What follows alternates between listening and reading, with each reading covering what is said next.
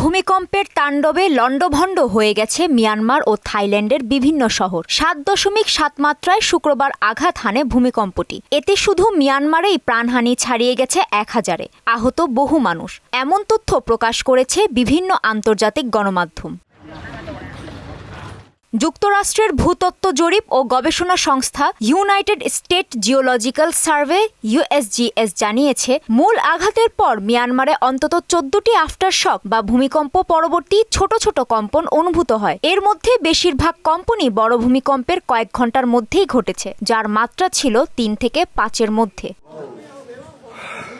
ভূমিকম্প বিষয়ক একটি বিবৃতিও প্রকাশ করেছে ইউএসজিএস। তারা জানায়, মিয়ানমারের ভূমিকম্পে ১০,০০০-এর বেশি মানুষ মারা যাওয়ার সম্ভাবনা রয়েছে।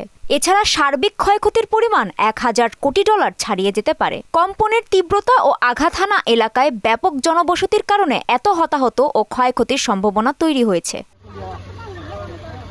বিশেষজ্ঞরা বলছেন, মিয়ানমারের ১০০ বছরের মধ্যে সবচেয়ে শক্তিশালী ভূমিকম্প এটি।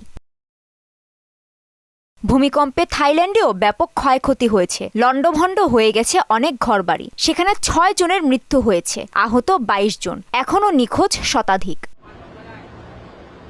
কাজী শাহরিন, মোহনা সংবাদ।